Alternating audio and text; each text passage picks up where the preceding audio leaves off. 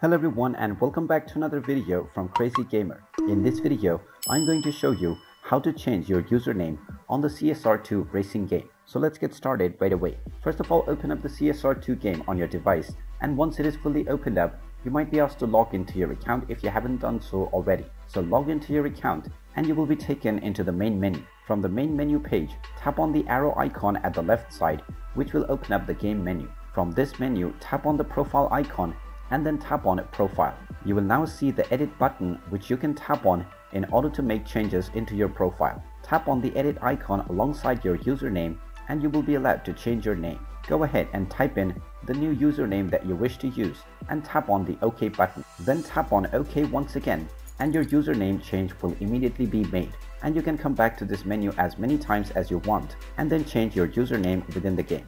And there you have it. That is how easy it is to change your game username within the CSR2 racing game. If you find this video helpful, make sure you hit that like button and subscribe to our channel if you haven't done so already. Also ring that notification bell to never miss another update from us. Thank you for watching and I will see you again in the next video.